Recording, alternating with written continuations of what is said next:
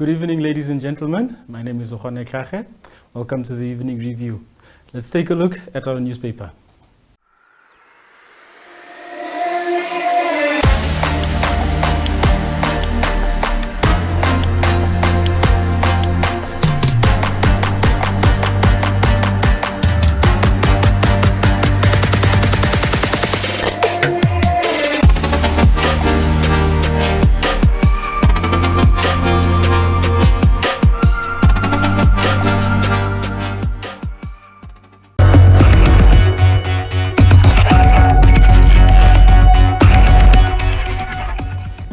Good evening and welcome to another edition of the Evening Review. My name is Katutura and I'm joined by Katutura Councillor Ambrosius Kandjii. Welcome. Thank you, welcome. And thank you for bringing me to your show. Mr. Kandjii, want to find out, how did you become involved in politics? You know, I started politics quite early ago. We were actually groomed by NANSO. We are from the NANSO group. I happened to be schooling in Arandes, Colin Foundations. That time it was one of the very active school in terms of politics, but particularly NANSO. So I joined the structure of NANSO. I was recruited by a guy called Hafeni Demu Fire. He was one of our senior later there. At the time it was Standard Faith. So I get my first NANSO card. And at the same time we become NANSO, it was obvious the same grade you move up to you become, that time it was not very active in terms of Sopo Youth League. That's how we started, and we joined the struggle, and particularly combining it with sport, because I was a very good sportsman. I was actually an athlete. I was a specialized 800 meters. That was my game, which I went very far. I came as far as nationals. I went to, that time, during our time, we used to do what we called school competition. From school competition we used to do what we call the former Damara land, and if you succeed in that group, it was now the group of Wiz, Korekas, Arandes, all those schools there, and if you succeed there we have to go into Kavango, Heroland and so on. So I can still remember a year that we have competed very well under 17 in Kavango, and I have to proceed to win, and I only lost at the national championship in athletics. So athletics was one of the game that I've done very well. I was also involved in boxing, which was quite average. I was not one of the good boxers, but I was quite average. So then basketball, I was trying everything. I used to, you know, I was very active. I was a very active young man. But so politics was also along that line. So things become more serious in 1987, 1986. 86 now, 87, 86, we started getting involved on weekly, monthly meetings in Arandes. We used to sit around the house of the late Opapa, we used to call him like that. We used to be around Comrade Kapere, the former governor and the former councillor as a minister for Arandes. We used to be along Comrade former minister Alpheus Tarusep. Those are some of the seniors we used to be, Herman Garuswap. So we used to travel around, so I became part of the coordination teams among some of my youth. I remember guys like Hafeni, where the junior one, we have guys like Sonin Dalumbumu, we have some of the Malachi Longas and some of these guys. So we grew up in that spirit of politics, so we have to double the two. But 87, 88, it became more serious. So we push on, and then we become fully fledged member of the party. I recall in 1989 I was reassigned together with Malechi Longa to Oshimbingwe, because out of the youth, what we have done is we came together. I mean, the party came together, the whole Orango region, the time under the late Mahulili. We came together and we were delegated responsibility. And me and Malechi Longa, we were assigned to go and work in Oshimbingwe together with those combis. I don't know which age you were born, but those are the combis that arrived from South Africa. We were sponsored by the ANC. So I was delegated to one, and Malechi Longa was delegated to another one. So there were two combis and we were commanding them. That time it was a very senior position to be delegated, to be assigned to a foreigner, and to make sure that so 89 we pushed, we left schools, we came back, we left school, we came back. So that is how it started, and from there I came into the leadership of NANSO in 1991 when the late Kandjii left. That time I was in grade 11. When late Kandjii left, I became first I was the vice chairperson of NANSO at Colin. Then I became the chairperson in 1992. So from there, we kick on. But the highest achievement was in 1997, the first youth congress after independence that I have attended. And that's where I was elected as a member of the Central Committee of the SWAPO Youth League. And I served for 2 terms. And the last terms, I was elected along the Comrade Kapia and many others. And I was elected as a member of the executive within the SWAPO Party Youth League. I was the head of education, culture, and youth. And that is one of the career that have really put me through to become a fully fledged politician. Then from there I left to, I was also working for the NBC, as you know, I was a sport presenter. And from there I joined the Ministry of Youth and Sport in Hobabes. So from there I went into the structure of the party in Hobabes, where I started right at the branch level as well as at the section branch level, youth leagues. So I was still a member of the executive at that time at the SWAPO Party Youth League. So I think the SWAPO Party Youth League have played a very important role in grooming me to become a fully fledged politician. So I started with the Shuamini, the elder one, the one who passed on. Knaso Shuamini, member of parliament, yes. who started now such a PPP or PPP or something like that. Yeah, so those are our seniors. We were looking up at those guys. They were really, but the guy who have molded me very, very high is a call called Maliachi Ilonga. He was one of the active guys. I had guys like Michael Jimmy. Those are the guys who we grew up together. The late Comrade Kandjii. Those are the colleagues who were together in Arandas. There's a guy who also passed on some few years ago, Gepard. He was also part of our team. And yeah, so I'm also proud to mention to you, I was also part of the group that was delegated to attend the first meeting in the North just after the colleagues have returned back from exile. So there was a group selected out of us 11, and I was among that group under the leadership of Comrade the late Mahweli. We went to the North. It was not easy to go to the North during that time. I think it was the first meeting. It was addressed by the current president, Comrade His Excellency Dr. Hakekengo. It was not an easy meeting. It was in Okatana. And we as young boys, we were the foot soldiers. We stayed in the North. We were staying in the Continental #1 of Opa in Dongo. And yeah, almost for a month. So we were doing groundwork. It was good for me. I could not even speak Oshuambo very well, but I have to fit in within the colleagues. I think I was the only one. And the late Alu, yeah, he also died. Yeah, let his soul rest in peace. I was with Sonny, Dalumbumo, many other guys. But it was a good joint operations. I remember we used to travel in a Toyota Baki called SWAPO #2.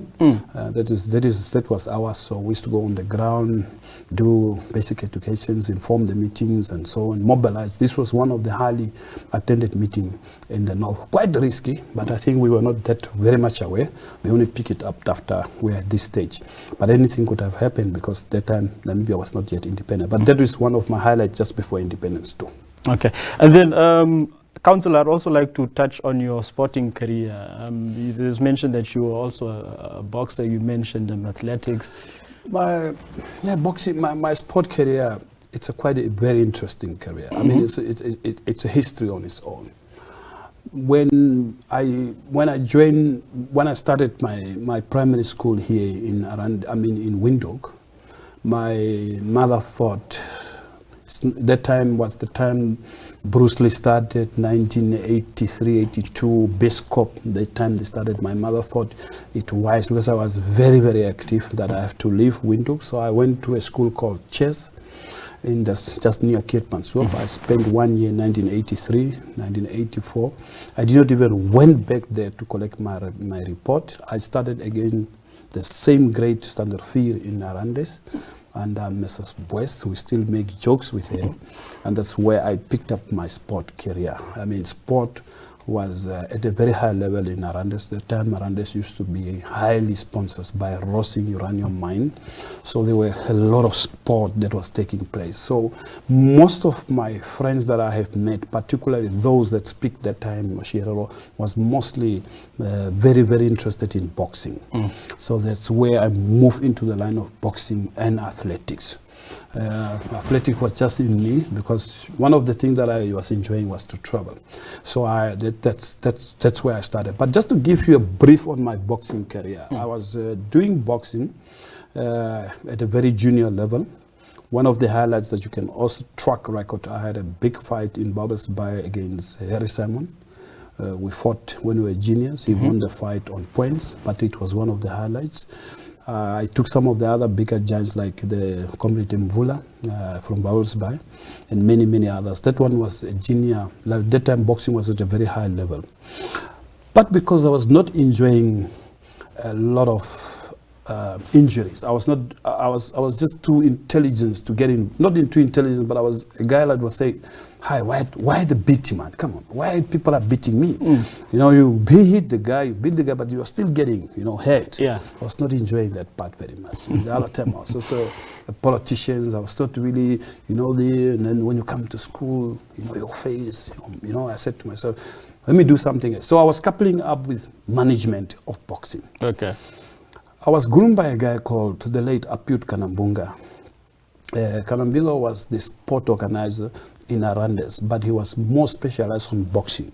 So you had Herman Garoswap, he was more specialized on athletics.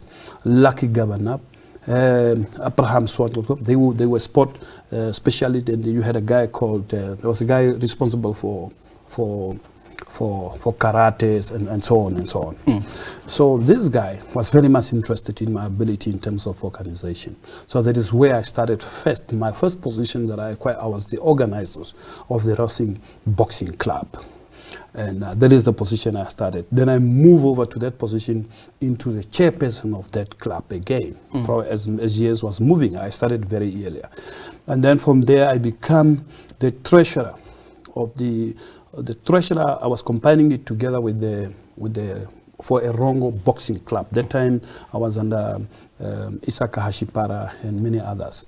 So that's how I grew up in sport. And then after school, when I came into here, 1994, I joined couple with Mr. Kelly Nkhulifa, and he became the chairperson, actually the president of amateur boxing. And then I became the public relations. I was actually the PR of the spokesperson of the Namibian boxing.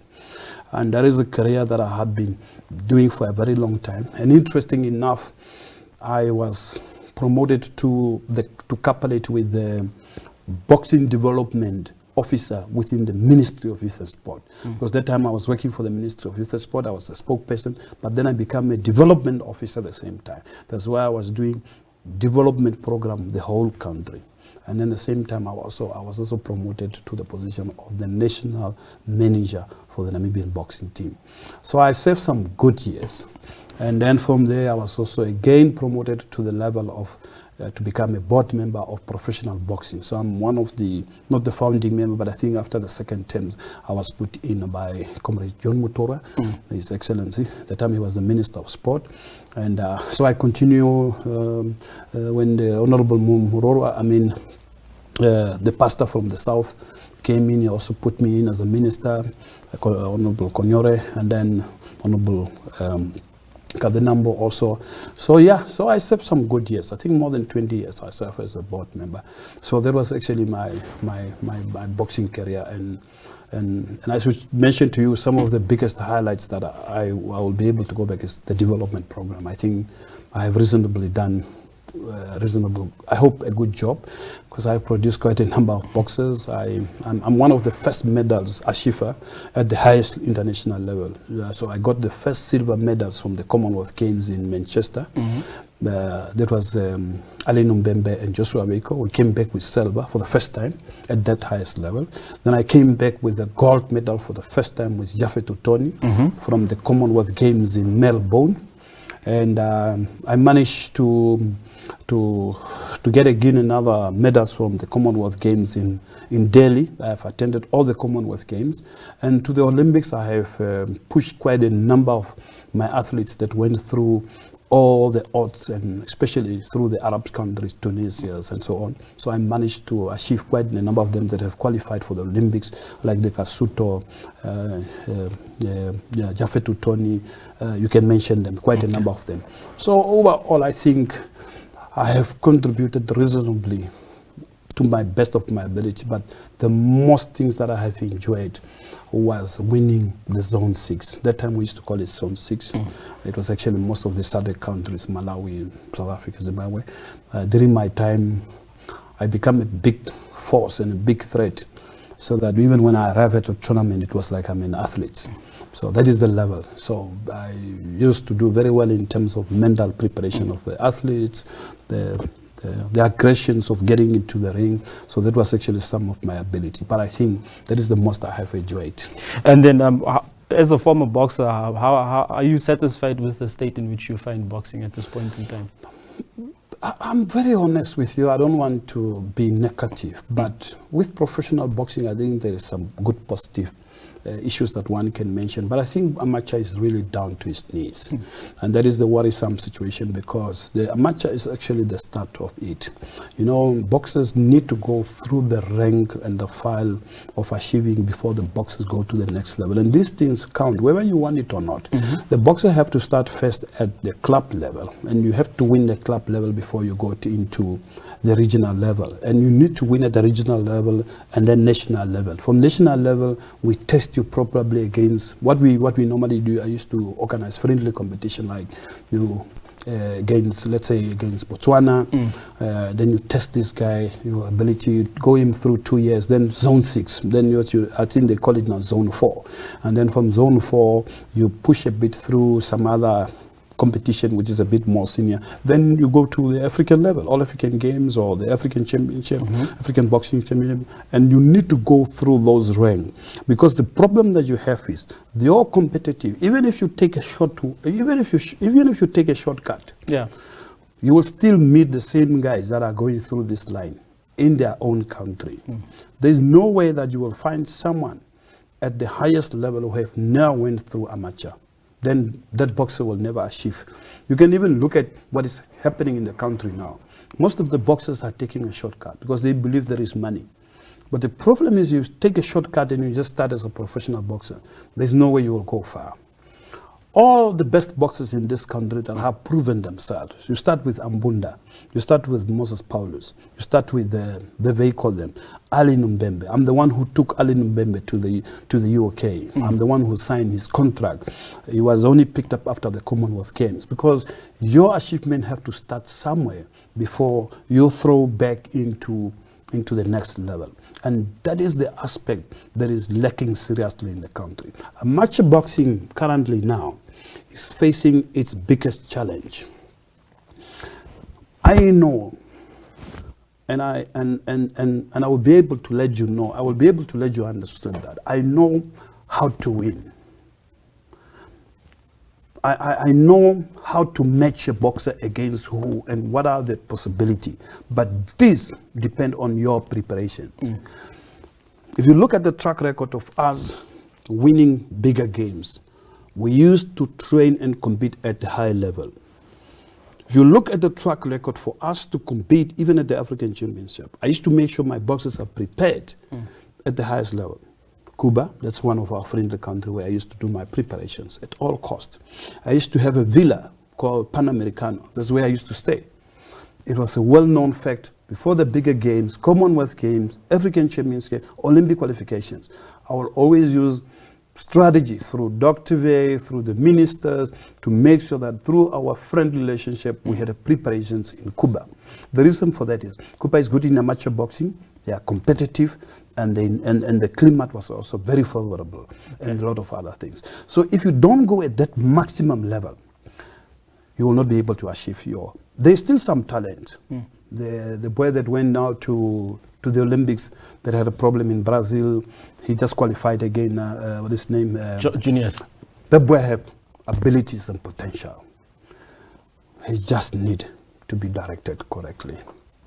That boy have potential to get medals for this country, especially at the highest level. We just need to pump a bit of money in him. We just need to give him a right direction, and we need to start valuing him and start looking at his capacity. Because that boy level of capacity, he had potential.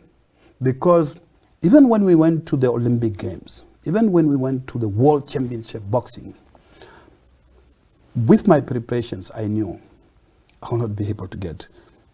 I'm probably looking for a luck. You understand what I'm saying? But with potential like that boy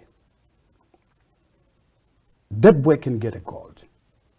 Guy like Harry Simon, you knew that this man I can get a gold with him. I'm not saying the other boxers are not at that level. Yeah, yeah. But I knew their abilities to go to the next level, the ability to fight a guy like from Cuba, from Brazil, from Venezuela. Those are big countries. You have to fight the United States of America. You know the referee is not on your side, the judge is not on your side, the environment is not on your side, but you need to win for Namibia. And that is the critical aspect that need to be analyzed. And if you look at those sectors, I went through a very senior guy called Adolfo Galvez Marshall. He was our senior coach after independence, who came from Cuba. This man took me through a lot of process, and I have learned a lot from this Cuban expert. And he himself was a heavyweight boxer. He was a heavy experience. He fought a former Jew Frazier when they were still amateurs and whatever. And he was highly respected in Cuba. So these men have taken me through a lot of practical experience. And especially when I went to Cuba, I was looking at how do you prepare a boxer to win at a high level. The current amateur level now is there's no structure. Regional club level probably somewhere. The regional level is collapsed in terms of structures. A whole country. The national level, the latest report we got now from the Sport Commission is that there's no treasurer, there's no president, everybody's operating probably from his own corridor, and they are not even prepared to give funds to the amateur boxing. So that is a worrying situation where I got a call now from Tax Neule, one of my boxers. I respect him. They want me to come back, and they asked me, Nicky Natangwes and all. These are my younger boys that I took over. Now they are running the boxing. They said, brother, we are in problems, father. I said to them, look, I've done my part. I've made my contribution. With the current budget of what Ministry of Youth and Sport is getting now, it's a joke. You know, the Ministry of Youth and Sport is actually getting peanuts. I used to run a boxing development program. I used to run it with 1.6, 1.7 million.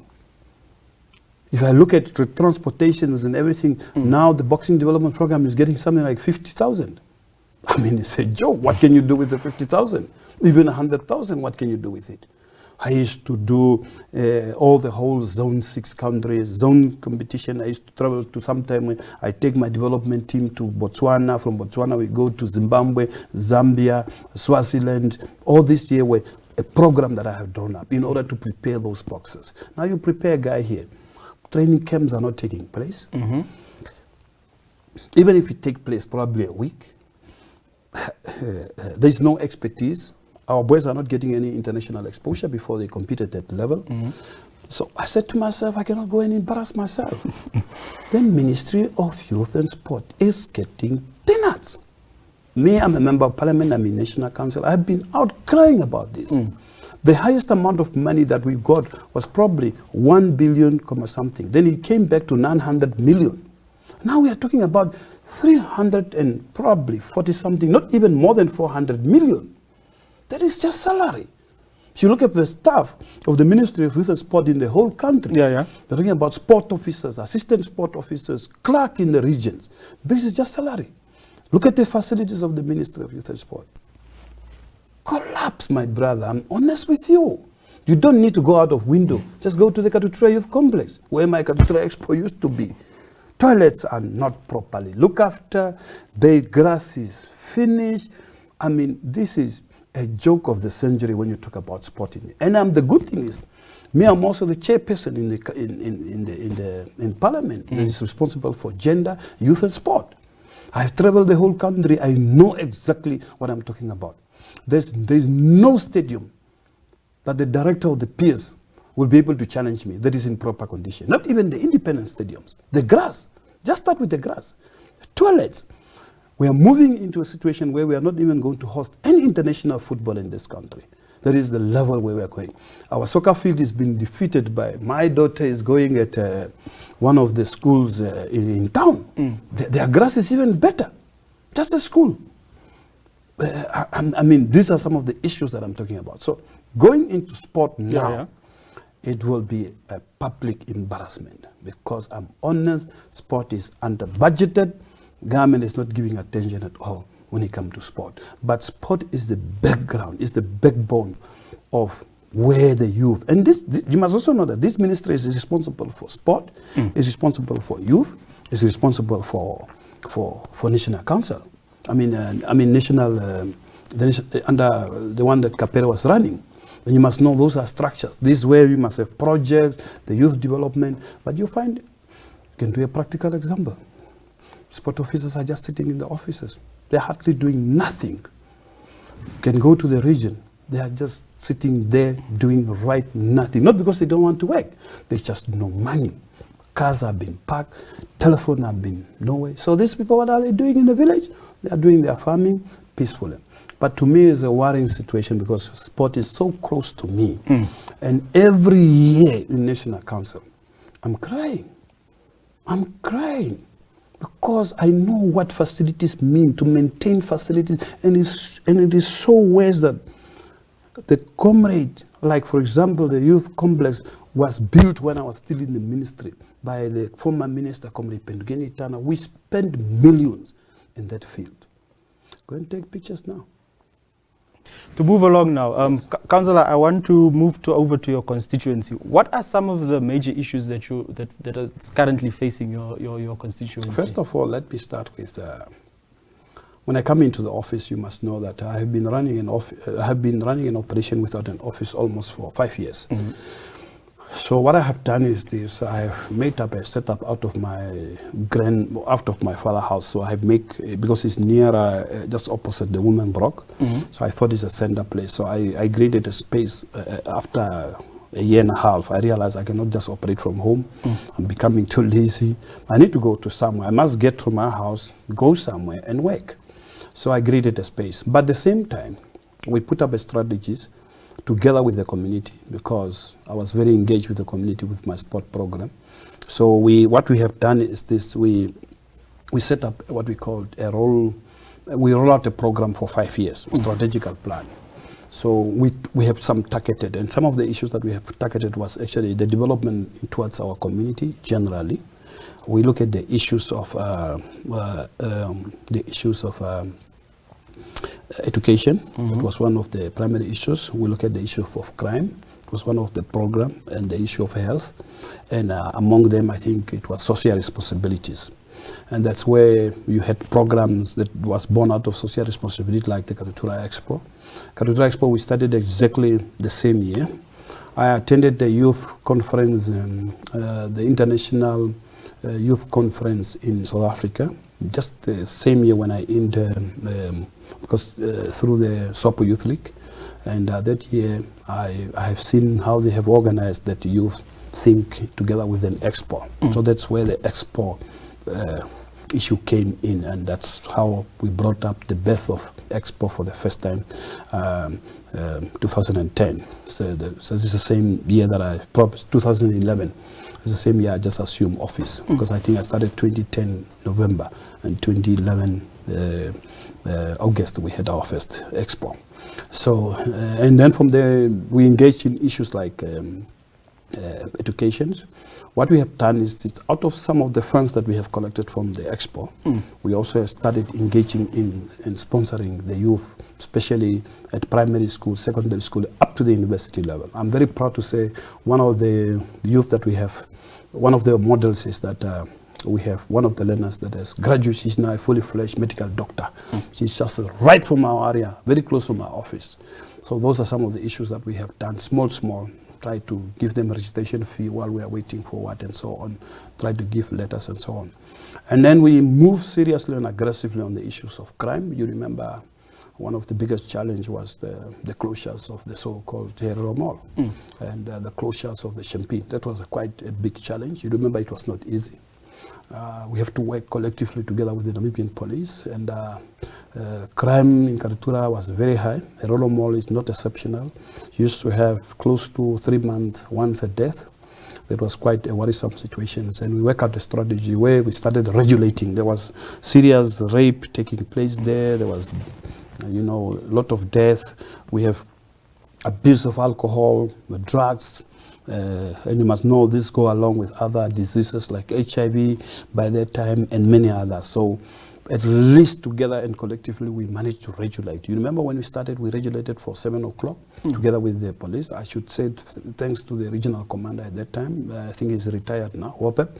He was in Wabesbai, the wrong region, but he started with us here. So we have done, and it was not an easy task. I should also thank my Katutura commander at that time. Is now Deputy Commissioner Basson. He's now in the north. So those are the colleagues that we have planned together to make sure that we regulate all the illegal champagnes. But the good thing is it just did not end in Katutura. It also proceeded the whole Commerce region. Evelyn Street also started to be regulated. There was no such a thing as 24 hours operations. So at least we managed that. So we pushed down to 10 o'clock, and that is where we are now, 10 o'clock. Sometimes they go to 11, but at least there is order. Yeah. We also were supposed to succeed to grade that place into a mall. But we just the budget constraint together with the city of Windhoek, we are still trying some sponsors and so on. But the energy was actually reduced by the fact that we did not had very good cooperations from the vendors. I think their understanding was a bit something else. They were thinking more about closures and those who are selling, because 90% were selling champagne. So that was the concept, and the city was not very keen. But anyhow, we are still having operations. At least there are some toilets now. There are some water, running water. There and there, but we have still a program. And there is the single quarters. I'm very impressed. There have been very good cooperations there in terms of closure hours and so on, regulation. So crime to a certain extent have reduced, but we did not end up there. We went to extent of forming what we called the Katutura Men and Women Network that is working together closely with the Namibian police. Now we are busy trying to establish the neighborhood, which is more neighbor concentrated, that will be able to help. So we are still working on it. And beside that one, we are also crushing and trying to invite and to educate and to integrate the so-called, this gang that have started. You heard about there were some gangs that have started in Katutura. We got them under control now. Pangawa, the other one we're calling them Boko Haram, the others we're calling them. So as we speak now, it's very much under control. It's something of the past. We have integrated these ways. We call their parents. We use the different strategies together with the police and the parents. And I think we are working shoulder and shoulder. There and there as a hangover, but at least somehow we have progress. Overall, the crime in Katutura, since the last 10 years, I should be able to say we have made a mark. But it's not yet satisfactory, but we have made a very serious mark. But you must know one of the most contributing factors is alcohol and drugs. And you will be very surprised during the 3 months of the COVID-19, no alcohol selling, the crime was totally down. So you know already where the crime is coming from. Just yesterday, crime have already picked up already. So those are some of the issues. And overall, we had also had a program with our senior citizens. So we work very hard. First of all, I should mention to you that I was very instrumental in the changing of the 1843 Act that was dealing with if you owe the city, they can sell your properties, particularly. And you remember we had serious issues concerning the houses.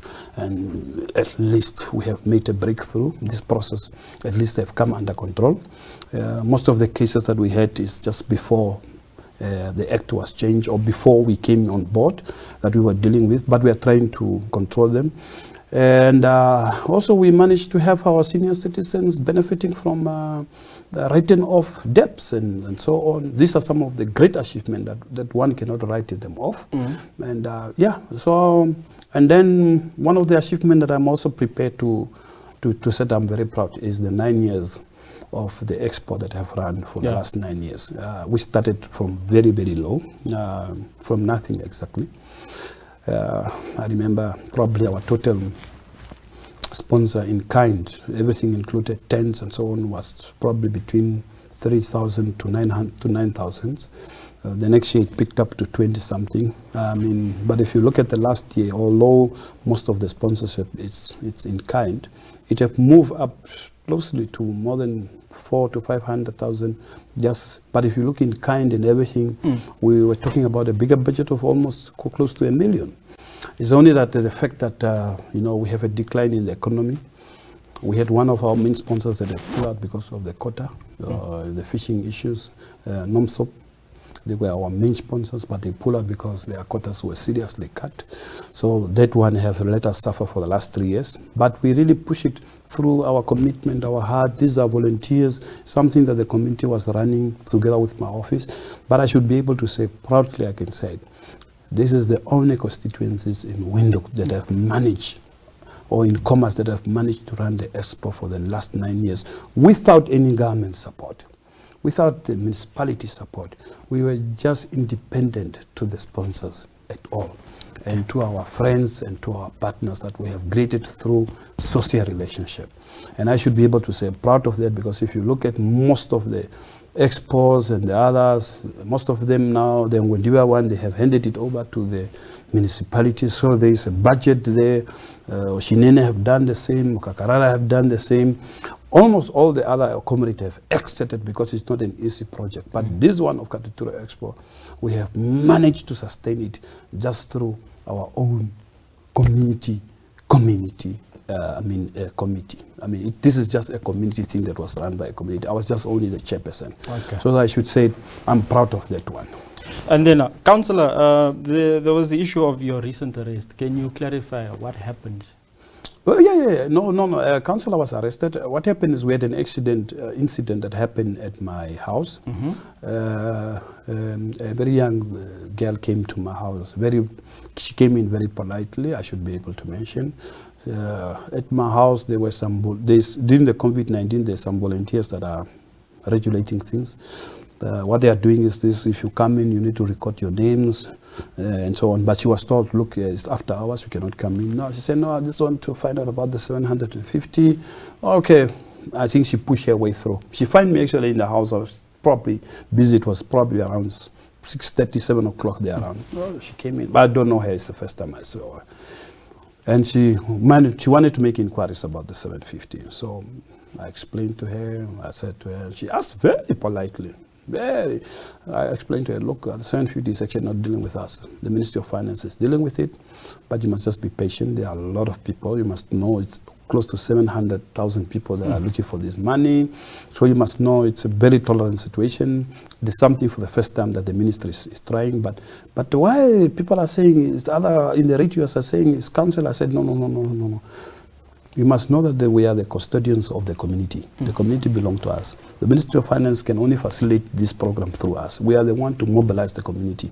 But particularly this payment is between you, your cell phone, and the Ministry of Finance. We are not involved at all. Even myself, I don't even know how the system works. Besides the information I'm just getting from the. But what we have decided is the Ministry of Finance will come with their staff to our offices, and they will come and explain to you directly, so that we don't give you false information. Fine. Then she certainly just gave a text to someone. Then I said, oh, are you recording me? No, I'm not recording you. But I become a bit worried.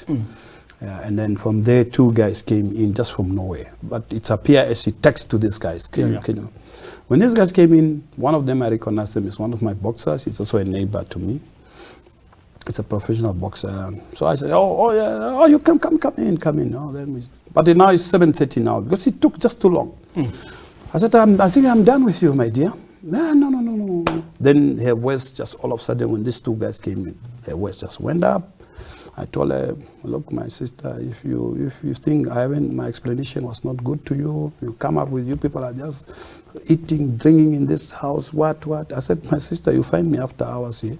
I try to help you, but if you are not happy with that answer, come to the office or approach some other people or approach the Ministry of Finance. But for now, please, because I was now becoming a bit worried because I realized he's recording me. So I said, can you just leave my house? And I asked her to leave the house. Yeah, what happened there, maybe you will hear after the court. Okay. Yeah, but it's true.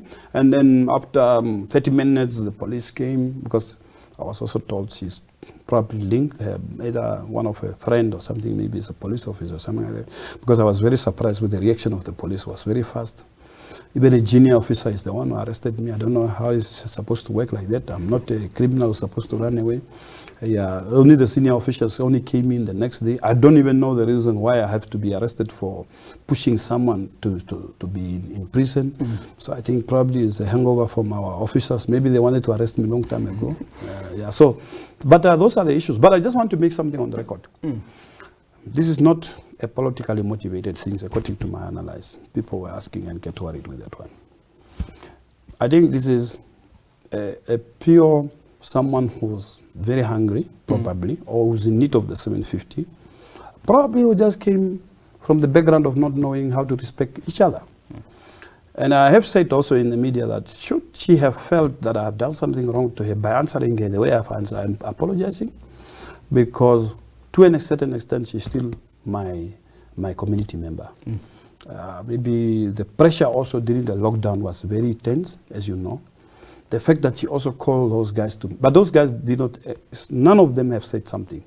They did not talk, even when he went outside talking about she's going to burn my house and all these things. They have never said anything, those two guys, because luckily one of them I know. So I said, should there be anything that I need to apologize, I'm prepared to apologize, but factually, I don't think there is any political motive behind. The political motive is still, it will still come. I know, I picked up already through the sources. She's not one of our branch leadership. She's not one of the competitive. She's not even known in our location. I think she just arrived there probably 2 months ago. That's the information I got. And she even left now after the incident. So she's not very comfortable. But the fact remains, it's not a political motivated issue. I think it's just mere someone who's hungry, probably a bit not very disciplined. And I have made peace with her, and we go ahead and we make progress, and we don't try to repeat the same thing. Probably it's better to call the police rather than you doing the work yourself. Yeah, but probably it was also after hours, so those are some of the issues. Yeah. And then to conclude briefly, since it's an election year, what are Mr. Kandjii's political ambitions now? You know, very good questions. You're asking very good questions. Look, I'm elected by the people. SWAPO have a structure. What normally happens in SWAPO is this: after my terms is ending, we are going into what we call a primary elections. Primary election is within the party. The fact that I was already a councillor, I'm automatically also a member of those who will be part of the primary elections. So primary election will be elected probably by close to 71, 73 delegates that will be coming from 13 branch. Each branch will sponsor 6 delegates, and then affiliate is now the youth, the women, the workers, and those ones, they will also sponsor 6 delegates. So those 6 delegates will be the one together with the executive that will be able to elect me. But the good thing of it is the members that is going to be the delegates is already there, because they have already participated in the previous election where they were electing the district leadership. So the same district conference that have taken place, the same delegates will be the same delegates that will have a meeting that will decide who will be the SWAPO candidate for Katutura Central. So before that moment come, there's not much I can dwell on. Yes, I'll be available if people decide that I'm still of their good choice, which I will be waiting for them patiently. SWAPO is a very big organization that you cannot undermine. So the competition will be there. The first year when I competed, we were 7. Last year, the last term, we were 9. So I'm still expecting competitions. So out of that 9, you cannot tell me that all of them have said no. But the good thing that I know is that I should be able to tell you is this: I won my elections the first year with a very reasonable number of quite a difference of 600 votes between me and my last competitor from the other party. But the last term, after my 5 years, I increased that number to a difference of close to 3,000 or 2,000 something. The difference was the gap of my victory have grown. So that was an indication that the first 5 years I've done quite very well. So this year it will definitely be, a second terms normally have its up and downs. One of the greatest challenges that we had is besides that we are running an office, we are the only constituency that don't have a proper, fully fledged office. We are just renting a house. There is also an issue on it. So we don't have a hall, but we are really trying. We are using the community hall, the city of Window. But I'm still, and I was still also re-elected again as a member of parliament, a national council, which is quite a high level. I mean, compared to my other colleagues, the exposure is not the same. The capacity, what you pick up, the act, the regulations, and all these things, you picked up a lot and you learn a lot. So I'm also happy for the last 10 years that I have served there. But let me also tell you, with the new dynamics that is coming in politics, I'm mentally prepared to take anything of good choice. If people said, no, thanks, Kandjii, I will be able to shake hand and said, no, thank you. And I will be able to do something else. I will go back to school. So I've done a bit of a degree at UNAM, Advanced Diploma in Business Management. I'm also prepared to go and help somewhere else. Or if the party call me for any other commitment, I will still be able to do it. But the rest for sure, I will only compete under the umbrella of SWAPO. But I'm not undermining the new dynamics of politics that is around the country. The things are not the same anymore. We have to accept that. You must be very naive not to realize that there is a wind of change. The youth are coming. We saw during the presidential elections. The same map that we have seen there might not be the same, but the same wave of shake will also be there. So we are not taking that for granted. But a senior politician like me, I'm prepared to take whoever on and competitively under health political environment. I know the other colleagues will try there, go for police, anti-corruption, they will try their all dynamics, it will come. But I'm prepared to take them on health, as long as I know I'm still there, on my feet. And I'm also prepared to take on should I be the SWAPO candidate, I'm also not taking the opposition this time lighter than ever before. I think there's no comfort zone anymore. And we should be able to deliver to our people in order to make the result positive. If we want SWAPO still to remain relevant, as we speak now, I see some wave of change coming. And if we are not pulling our socks up, well, we are going to have some money we're going to have some tough run. Thank you very much for joining us on the Evening Review. Thank you very much, and thanks for bringing me on board. Since I've been in politics, probably this is one of the interesting interviews I had. I thought people have forgotten about me. So thank you for bringing me up. The only time people calling me is only, are you in prison? So thank you for bringing me up on a very casual environment like this one. Okay, that was Mr. Kandjii. Thank you for tuning in.